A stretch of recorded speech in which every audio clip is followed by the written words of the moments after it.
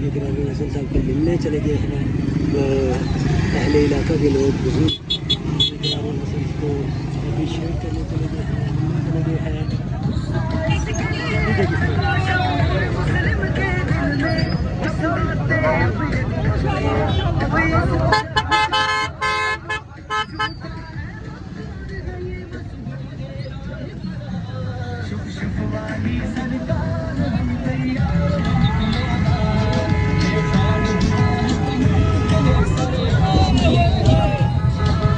Okay, thank you.